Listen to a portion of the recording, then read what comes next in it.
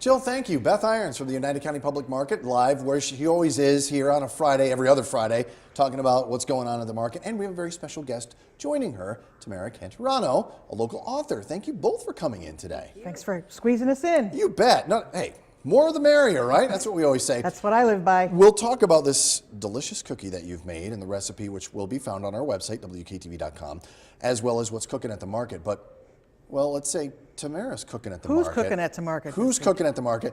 Tamara is a local author, and Beth, lead into what she's got planned, and then Beth, and then Tamara, I want to hear all about what you're reading. Reader's Digest version was having lunch several months ago, right before the holiday season, over at Brenda's Natural Foods, which was one of my favorite places to go in Rome to eat. Nice little name drop there. Yep. Like how I slid that in? I did. And I happened to notice that Tammy's new book was out on the counter and available for sale. And of course, anything that says market automatically attracts my eye. So I glanced at it, and it was it's a children's book called Mac and Market with the Adventures of Mac the Dog.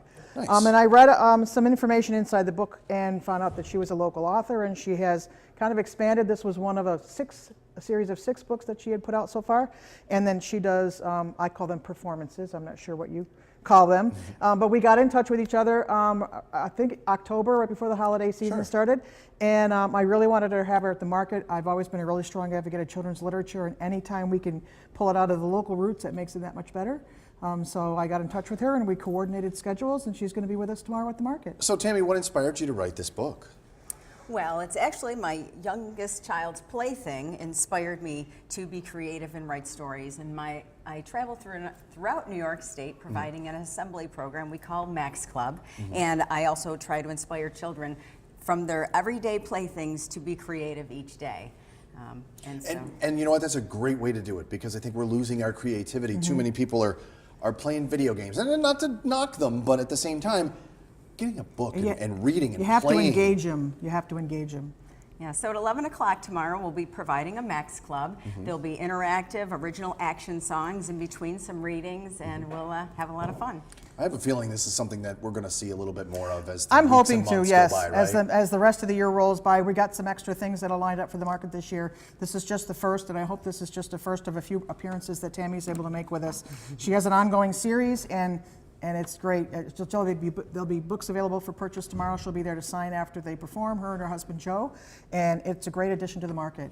Let's talk about these great cookies too that you have put together. Well, you know, it's comfort cooking season. Oh, it sure is. Especially with, you know, reports like Jill just gave us where, you know, the negative is in front of the number and all you want to do is stay in bed.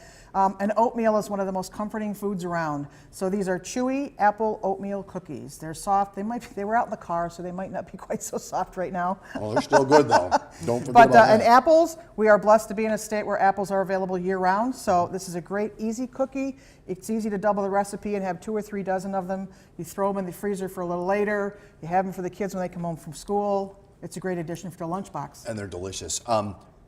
Besides Tammy, give me something, 1 or 2 things, because we got about a minute left that we can expect to see this week that maybe you haven't seen in a while. Well, we're going to be down a few vendors because after the holiday season, we do have that, you know, the small cluster of vendors that just participates with us for the holidays. But our farmers are still coming on strong. I know Drover Hill is going to have some meat specials going. Slate Creek is going to be there with her pork specials. We're going to have Utica Bread is not going to be with us this week with some scheduling conflicts. Heidelberg Bread will be there. And again, right around the corner, Super Bowl. Super Bowl, think about that. Valentine's Cheeses, Day. Valentine's Day, so there's things coming up you got to prepare for. Plus, February is going to be busy at the market too. We're going to have our CSA fair the first week of February, or the first market of February, and then the second one we're partnering once again with the Boilermaker Urban Initiative for our Farmers Food and Fitness event. Very cool. So it's going to be a busy week. It's a busy winter. Bring the kids along, and where are you going to be set up now with Tammy? She's going to be actually setting up in the DMV space. We're going to have her set up so there'll be seating for the parents and for the kids, and she'll have a sound system out which will be easy to hear. Lots of good stuff going on. Wonderful. 9 to 1 tomorrow down at Union Station. You're going to want to check it out. Tammy, thanks for joining us. Thank you. This is great. Good luck tomorrow. And Beth, as always, I'll see you in a couple of weeks. More news coming up right after the break. Stay with us.